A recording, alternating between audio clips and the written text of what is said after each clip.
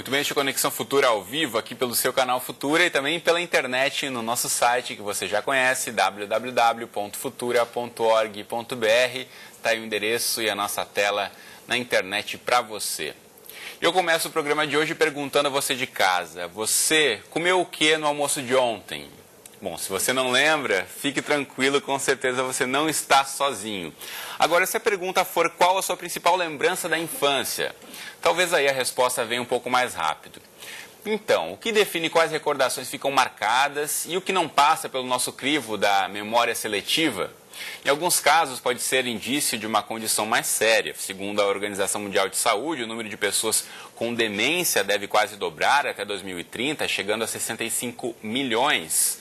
Essa é uma síndrome de natureza crônica causada por variações de doenças cerebrais que afetam a memória, o pensamento, o comportamento e a performance das atividades diárias, e a doença de Alzheimer seria a causa mais comum.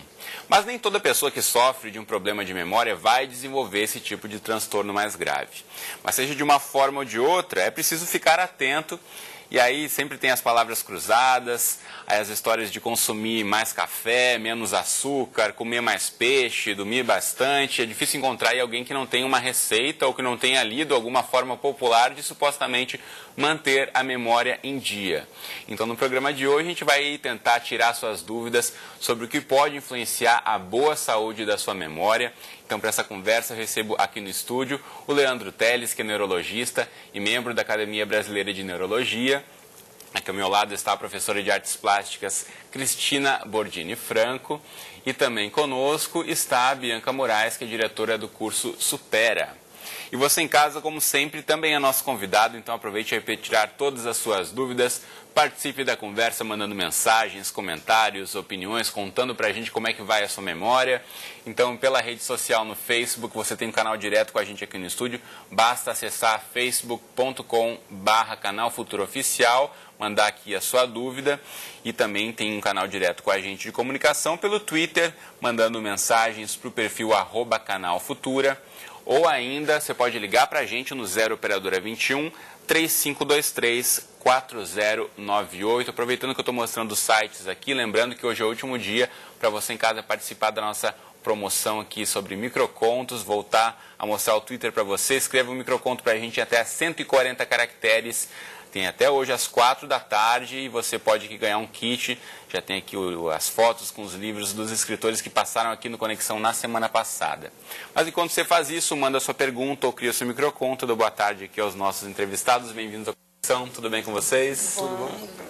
Vamos começar ouvindo a Cristina, que está aqui do meu lado. Ela que é professora e que faz um curso para ativar a memória. Você teve problemas de memória ao longo da vida, Cristina? Conta pra gente. Não tive problemas. Simplesmente que a idade vai chegando, a gente pensa, não, tem que começar sempre a estar ativando a memória para não ficar sentindo que você está parando, querendo parar, né? Você tem que estar sempre acompanhando de acordo com o tempo que você já vem passando, né? Você tinha aquele probleminha de esquecer uma chave onde tinha colocado, onde colocou o celular, a bolsa, isso todo mundo acaba passando uma vez ou outra. Liga pro celular, saber onde ele está, essas coisas assim, né? Isso aconteceu, claro. E em sala de aula como professora, isso acaba atrapalhando, às vezes? Não, isso não. Às vezes você esquece, meu Deus, será que eu desliguei o fogo, aí vou lá, corro para ver essas coisas, né? Será que eu fechei a porta? Essas coisas assim que vão acontecendo ao longo do tempo. Uhum. Mas aí será que eu fechei a porta e volto? Já aconteceu isso comigo, né? Uhum. Mas eu falei, não. Então eu descobri que Supera, parecia esse curso, meu marido, fui mais por ele. Ele disse para mim assim, vamos ver esse curso, que ele ficou interessado. Até que eu não estava querendo. Eu falei, isso deve ser só para gente velha, eu não vou não. Mas aí eu falei assim, não, eu vou sim. Deve ser só para gente idosa, porque ele tem mais idade que eu. Cheguei lá, eu gostei. Gostou dos exercícios? Porque não é só os exercícios, lá tem muita diversidade de coisas. Uhum. Tem jogos, tem hora de lazer, tem hora de você fazer coisas que você pensa que é só jogos, não é só.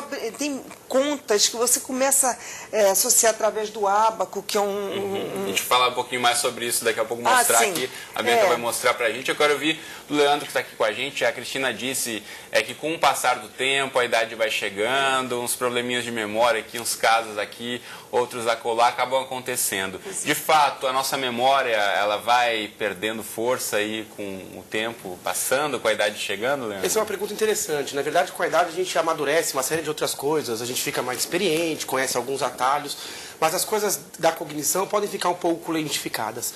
Agora, isso não é restrito à terceira idade, não. Na verdade, a queixa de memória é super comum em qualquer idade. A gente tem quase metade da população aí brasileira com queixas eventuais de memória. E cada vez mais a gente tem mais acesso à informação, isso também acaba prejudicando a memória ou afeta a nossa memória? Sem dúvida, porque a velocidade e a quantidade de informação faz com que os lapsos sejam mais frequentes. Hoje em dia também é a minha impressão, Cristiano, é que a gente é mais cobrado por conta de nós mesmos, né? De ter uma memória perfeita, né? Lembrar tudo e cada detalhe, e a gente acaba se frustrando por oscilações que são absolutamente normais. Então, muitos jovens gostariam de ter uma memória melhor. Lembrar tudo na ponta da língua. Na ponta da língua. E o pessoal confunde memória boa com memória perfeita. A memória boa não é lembrar tudo, né? É impossível lembrar tudo. A memória boa é você esquecer o que tem que esquecer e lembrar o que tem que lembrar. E é um processo complexo do cérebro. Então, a memória não é uma função isolada, igual mexer um dedo, né? A memória, na verdade, ela tem várias regiões. Você precisa vivenciar, você precisa atentar, concentrar, triar, atribuir um grau de relevância. Então, vai ter coisa que o cérebro vai jogar fora e coisa que ele vai atribuir uma nota adequada. Também não é só você guardar. Você precisa guardar e ter o caminho, né? O rastro, para depois evocar, puxar o fio da meada. É muito comum estudantes, alunos, profissionais guardarem, mas guardarem de forma bem bagunçada e na hora H não conseguir evocar. O branco, o lapso, né? Encontrar o pessoal que estuda muito para uma prova, chega na hora, nossa, eu passei por isso aqui, eu estudei tanto, isso na hora dá o branco. É o desespero. O branco é o tipo do defeito que não é bem de memória, é o defeito de evocação. Tá lá, né? Aí passa a prova, a pessoa veio, né? Ou então quando você encontra alguém no corredor e a pessoa começa a falar com você com intimidade e você não tem a menor ideia de quem é a pessoa. E aí você fica tentando buscar uma característica, quer dizer, aquele fiozinho, né? Lembrar de onde você conheceu. Da onde você conheceu. Aí logo depois vem a memória. Quer dizer, ela estava lá, mas não estava acessível. Então a gente tem uma questão de motivação, tem questões emocionais, tem questões de sono, tem questão de prática. E aí acho que vem muito de encontro com o que a Cris falou pra gente sobre o hábito, né? Então às vezes a gente não se dedica a ter boa memória, a gente só quer ter, mas a gente não se doa para isso, né?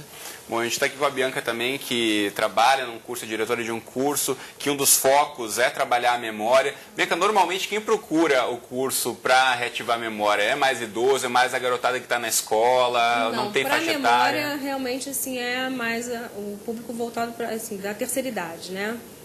São os que têm, vamos dizer assim, maior reclamação da falta de memória.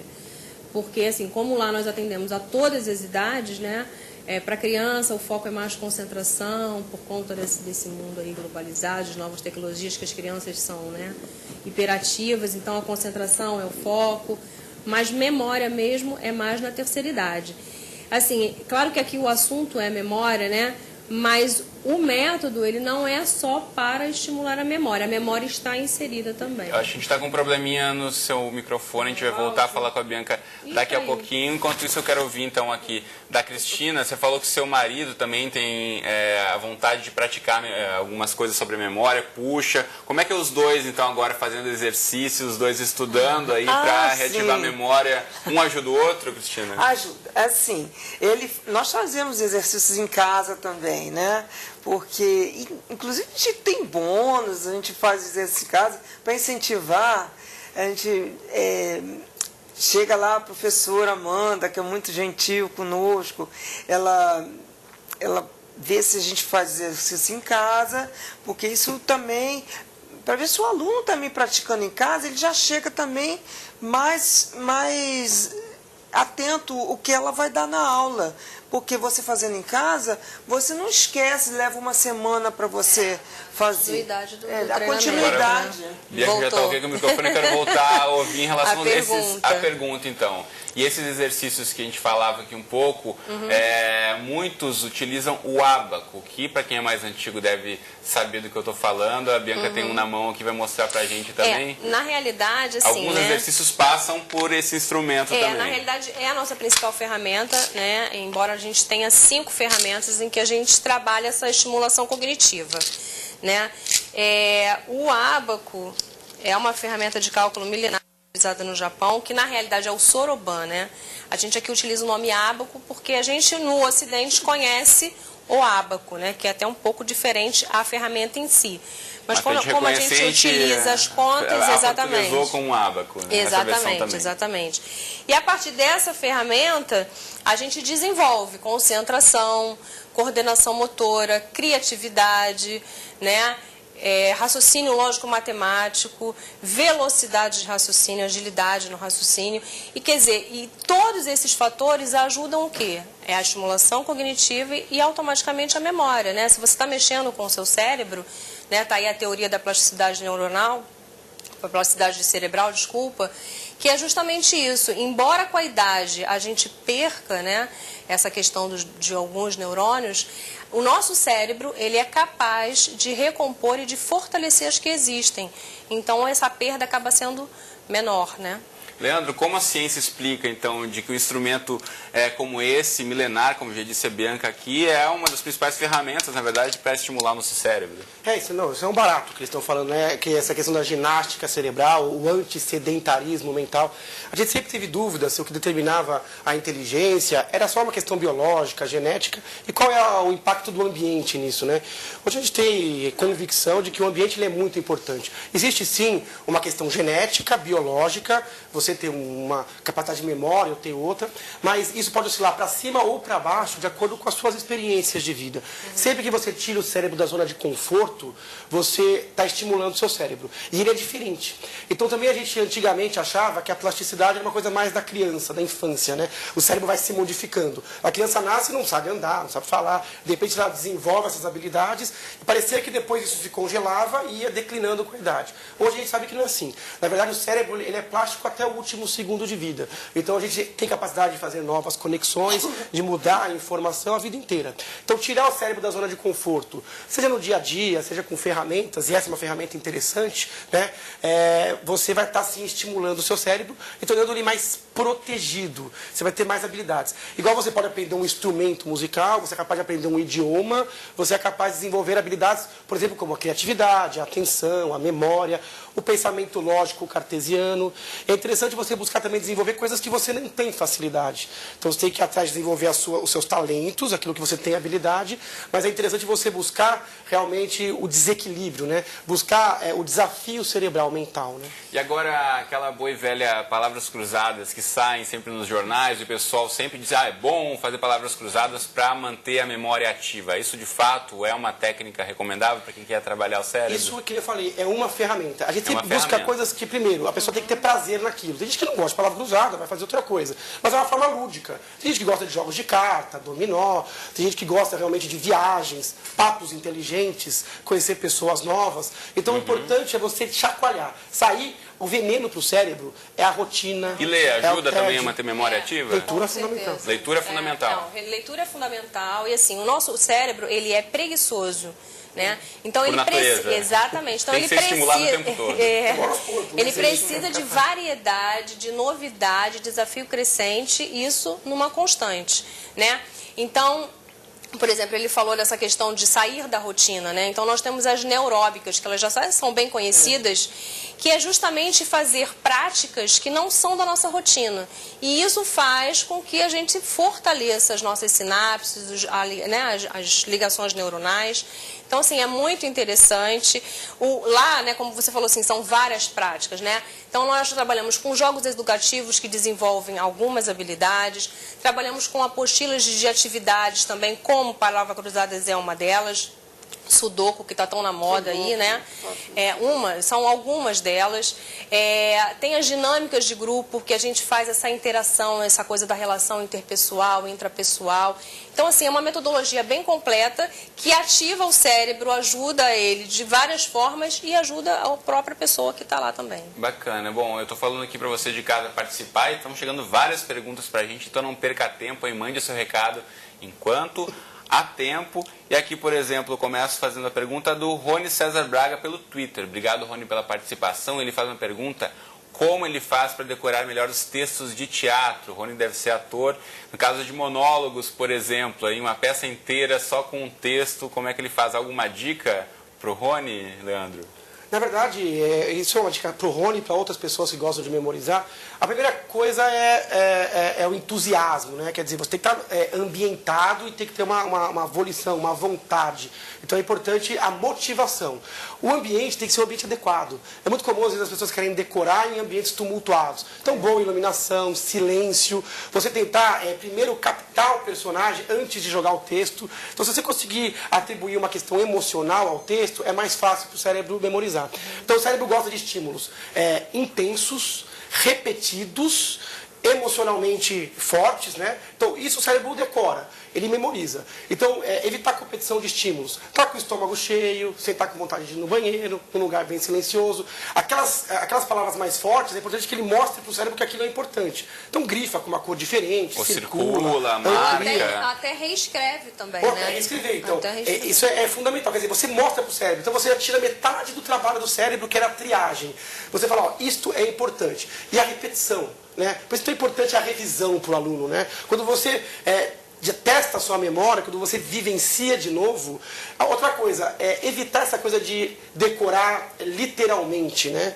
Eu acho que você precisa captar, transformar aprender, né? e absorver. Pra poder o aluno ele tem esse erro. Isso não só para os atores, então. Eu acho que para os estudantes de uma forma geral, na verdade, se for estudar para uma prova, é o conteúdo que você está adquirindo, não é exatamente a vírgula onde foi colocada no texto do autor daquele livro. Porque o autor, geralmente os autores de texto, eles não ficam incomodados quando eles querem que o ator capte a mensagem. Mesma coisa o professor em relação ao aluno. Foi-se o tempo que se cobrava rodapé de livro. Hoje em dia, quer que o aluno raciocine e pense. Então, nenhuma memória é idêntica à vivência. Isso não existe. Toda memória é um pouco diferente. Então vamos Então duas pessoas que passaram pela mesma experiência vão ter, na verdade, memórias diferentes. Totalmente diferentes. Com certeza. Porque depende da sua bagagem de vida, sua questão emocional. Você vai ter jogado fora informações que eu valorizei. Então, memórias muito antigas, isso já foi estudado muitas vezes. Pega para uma pessoa de idade contar uma história. Quando ela conta várias vezes a história, ela vai se transformando. Só brinca, quem conta um conto aumenta um ponto.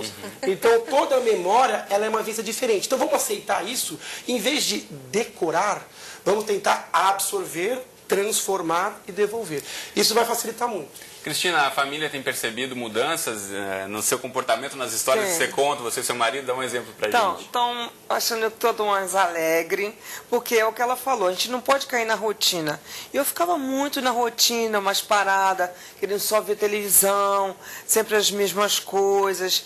Não queria mais descer para conversar com os amigos. Ah, não, quero ficar vendo televisão. E não pode, você tem que ser dinâmico, voltar a sair da rotina. E realmente botar o cérebro para trabalhar de outra forma. Para você não, a rotina é chata. Mesmo o trabalho ou o convívio familiar, você acaba fazendo a mesma coisa sempre. E assim, se acomodar, não, né? É fácil acomodação. se acomodar. E isso é chato. Ah, não, agora não. Seguir horários, aqueles. Não, você tem que sair da rotina. E a rotina, ela te deixa cansada, você se sente cansado, sempre a mesma coisa. E não, e depois que no próprio Supera, nós fizemos piquenique.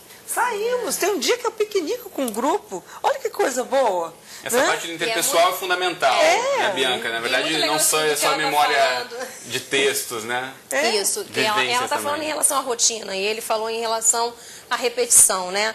Que, assim, mesmo que a gente precise dessa repetição, essa repetição não precisa ser igual. Então, por exemplo, se você vai estudar um texto, num momento você pode aprender aquele texto reescrevendo, do outro você pode gravar. Você vai estar trabalhando o mesmo texto, repetindo de formas diferentes. Então, assim, isso também é interessante, porque às vezes você, sabendo que você tem que repetir algo, aquilo acaba desmotivando, que é uma coisa que a gente não pode perder, a motivação, né? Então, assim, o fato da gente repetir de formas diferentes também ajuda. Muito bom. Tem várias perguntas chegando aqui. E a Shirley, pelo Facebook, obrigado, Shirley, pela participação. Aqui ela já aponta em relação a um caso um pouco mais grave. A mãe dela tem Alzheimer e esquece as coisas recentes com muita facilidade. e aí sem contar outros sintomas como não reconhecer a própria casa. Nesse caso em que já há um diagnóstico de Alzheimer, há alguma forma de trabalhar a memória recente, como é o caso que a Shirley aponta aqui, Leandro? Assim, lógico que são casos mais delicados, exige uma participação de um neurologista, de um profissional habilitado. O Alzheimer, inicialmente, ele tem uma dificuldade em fixar novas memórias, apesar de ainda manter a habilidade de resgatar memórias antigas, já bem consolidadas. Então, nesse comecinho, a primeira coisa é tentar não brigar com a doença, né? Fazer a pessoa realmente impor, né? Porque é muito comum a pessoa querer impor que a pessoa tem uma memória boa. Então, outra coisa é você se cercar de alguns artifícios, né? Ter uma agenda, algum lugar para anotar. Agora, todos os exercícios que a gente falou para pessoas sem Alzheimer também valem para pessoas com Alzheimer.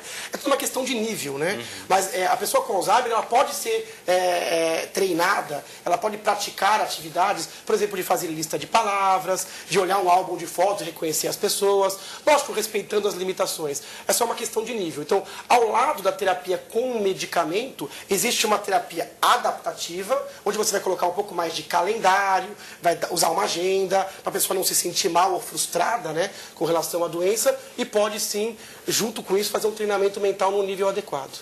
Bianchi, tem muita garotada procurando um curso para memória também. Tem a pergunta aqui que chegou para a gente da Nila, de Pernambuco. Se é normal aos 23 anos ter períodos aí, obrigado Nila pelo recado, tem de sim. ter puro esquecimento, mais de um mês, esquecendo tudo.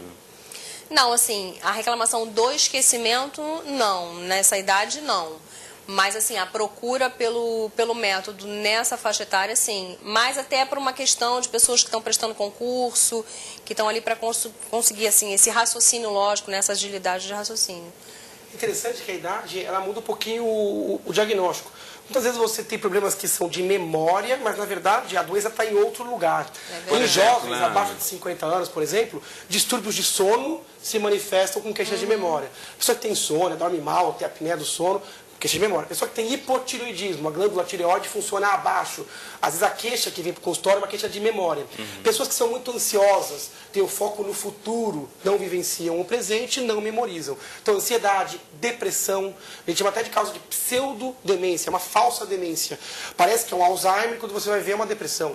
Então, a memória, como é uma função complexa, ela é sujeita a muito ruído. Então, às vezes é uma questão de sono, ou de sobrecarga, estafa, estresse, distúrbios da tireoide, anemia, carência de vitamina B12. Existe uma gama de doenças que vão se manifestar. Então, às vezes, o déficit de memória é a ponta de um iceberg. E cabe ao médico, o clínico, o neurologista, tentar avaliar e identificar qual é a causa específica daquela pessoa. Agora, você falou em carência de vitamina B12, né? Se você for para a internet buscar, tem uma série ali das dietas da boa memória, né? Cristina já deve ter encontrado algumas aqui, tá até dando risada com a gente. Não fez? Fez efeito? Fez efeito? Chegou a seguir alguma dieta, não? Ah, sim, a vitamina B12. Nossa, tanto que você faz exame de sangue, você vai lá ver. Eu tenho problema de tireoide, né? Também, isso aí já... Então, Leandro, de fato, consumir mais peixe, ômega 3, ou café, menos açúcar, essas receitas todas de fato contribuem para a saúde da memória? Contribuem sim, mas menos do que se diz, ou menos do que a população geralmente acredita. Tem gente que acha que comer peixe vai melhorar a memória diretamente. Agora, é óbvio que uma dieta saudável vai dar um cérebro saudável e mais apto. Então, a gente sempre recomenda boas fontes de colesterol. Aí vai ômega 3, 6, 9, os peixes e tal. O carboidrato, a gente gosta mais do carboidrato integral. Aquele que tem um índice glicêmico melhor. Não o açúcar, né, que oferece rapidamente a glicose e depois sai e não sacia. Né? A gente gosta que a pessoa tenha a parte de nutrientes, ok. Mas eu não gosto muito das pessoas que usam um monte de vitamina sem indicação médica, ou que acham, por exemplo, que a vitamina B12, para quem não tem carência de vitamina B12, vai resolver alguma coisa. Vai ter uma memória melhor. Na verdade, aquela velha dica de ter uma alimentação balanceada e fazer exercício físico serve para tudo na saúde, inclusive para ter uma boa memória. Inclusive o cérebro, porque o cérebro é igual ao coração, é igual ao organismo. Então, se alimentar de 3 em 3 horas, uma fracionada, bastante líquido, um prato colorido, evitar abusos. O álcool é um veneno para a memória. O cigarro vai lesando os vasos, também é um veneno para a memória. Dormir adequadamente, evitar sobrecarga. Hoje em dia as pessoas fazem 3, 4 coisas ao mesmo tempo. Priorizar as atividades também. Você falou em medicamentos aqui, vitaminas. Tem a pergunta do Marco Antônio aqui do Rio, de 59 anos. Obrigado, Marco, pela participação. Ele quer saber se tem algum remédio aí ou comida que possa melhorar a memória. Essa é a pergunta que eu mais escuto assim, no meu dia a dia, né? Uma pílulazinha mágica? Não tem. Não é tem. O que eu te falei. Ao longo da vida. Dá mais trabalho do que isso. Dá mais trabalho do que isso. É fazer atividade física regular, é ter uma alimentação saudável, isso a longo prazo, é exercitar o cérebro, é reorganizar os horários.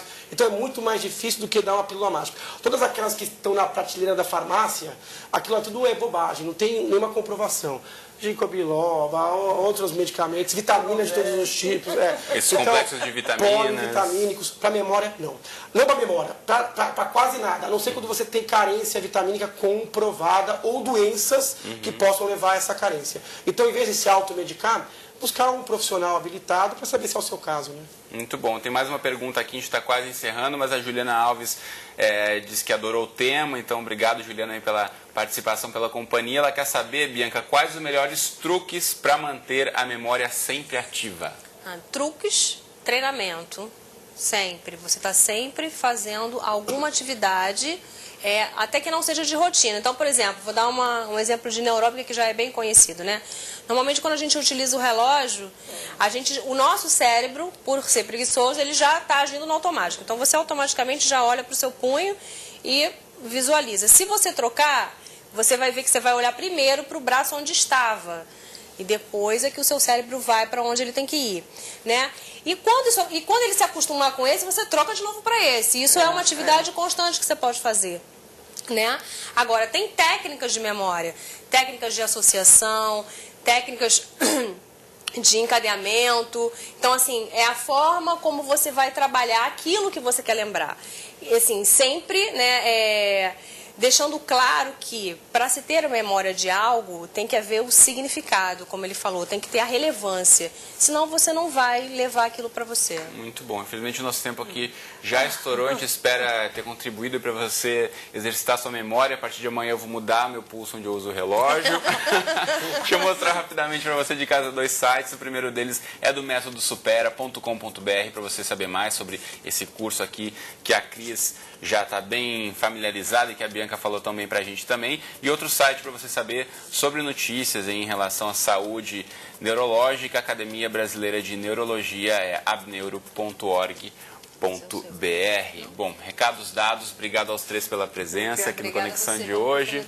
Você de casa, obrigado pela companhia de sempre. Eu espero você aqui de segunda a sexta, às 2h30 da tarde ao vivo, ou nas nossas reprises, 00:30 ou às 7 horas da manhã. Um abraço para você e até a próxima.